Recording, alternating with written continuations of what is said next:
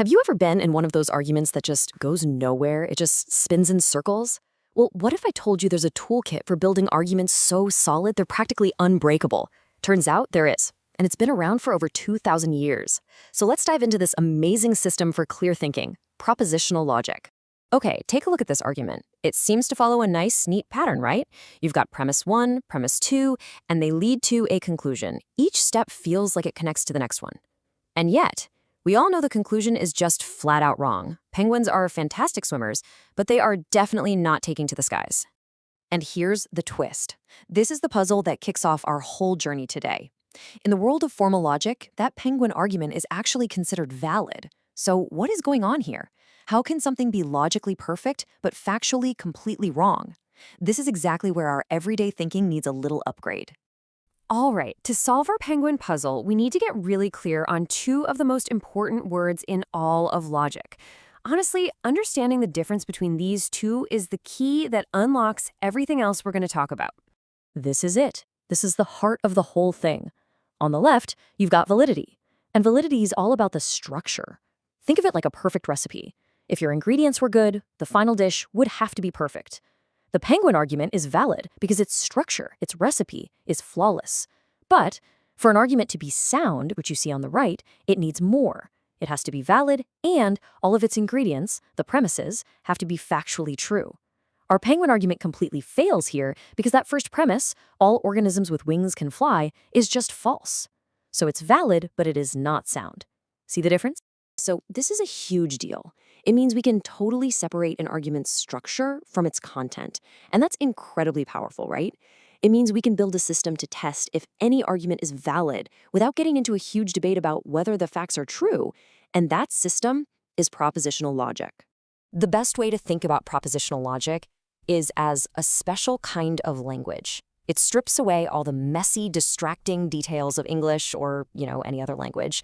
And it leaves us with just the pure, skeletal structure of an argument. To learn it, we just need to know its basic words and its grammar. So, the basic unit, our word, is what we call a proposition. It's super simple. It's any statement that you can look at and say, yep, that's true, or nope, that's false. For instance, Ganymede is a moon of Jupiter. That's a true proposition. Ganymede is a moon of Saturn. That's a false one. But something like, hey, watch out, isn't a proposition at all, because you can't really say if it's true or false. Okay, so once we have our propositions, our basic statements, we need a way to connect them together. And that's where the logical operators come in. These are the grammar of our new language. They're the little symbols that let us build really complex arguments out of simple true or false building blocks. And here are the big four. You've got negation, or not, which just flips the truth value of something. You have conjunction, or and, which is only true if both parts are true. Then there's disjunction, or, which is true if at least one part is true. And finally, the really important one, the conditional, or if-then. It sets up that logical link between two ideas. With just these four symbols, we can translate pretty much any argument you can think of into the pure language of logic. So we have our language, but how do we actually use it to test an argument? Well, we use one of the coolest and most powerful tools in all of logic, the truth table. You can think of it like a machine. You feed in any argument, and it tells you with 100% certainty whether its structure is valid. And to see how this machine works, we're not just going to test any random argument. We're going to test one of the most famous and fundamental forms of reasoning in all of human history. It's an idea laid out by the Stoic philosopher Chrysippus way back, over 2,000 years ago. It's called modus ponens. In plain English, modus ponens just says this. If P implies Q, and P turns out to be true, then Q absolutely has to be true. Like, if it is raining, then the ground is wet. It is raining, therefore the ground is wet. Seems pretty obvious, right? But the cool part is, with a truth table, we can actually prove that it's logically perfect. Okay, now I know this table might look a little intense at first, but stick with me, it's actually really simple.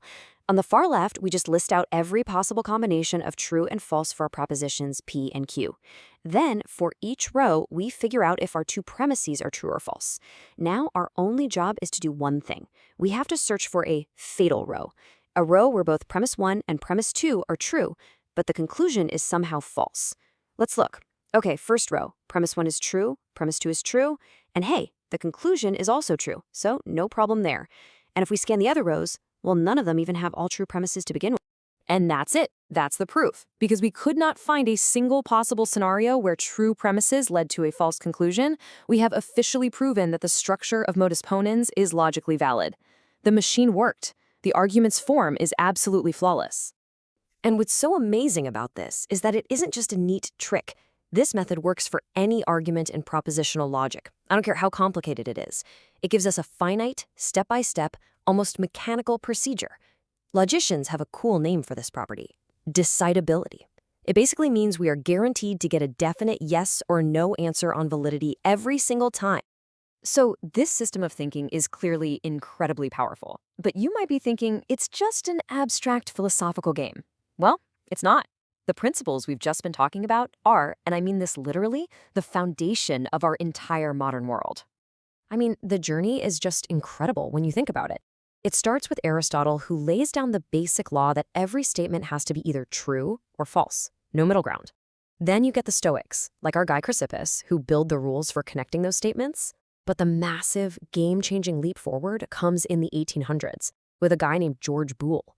He has this wild idea that you can do math with logic by treating true and false as the numbers 1 and 0. And that idea, Boolean logic, is the basis for every computer circuit, every line of code, and the device you're watching this on right now. Before Boole came along, this is what formal logic looked like. For centuries, literally, the smartest people in the world used complex diagrams like Aristotle's square of opposition to map out how different statements relate to each other.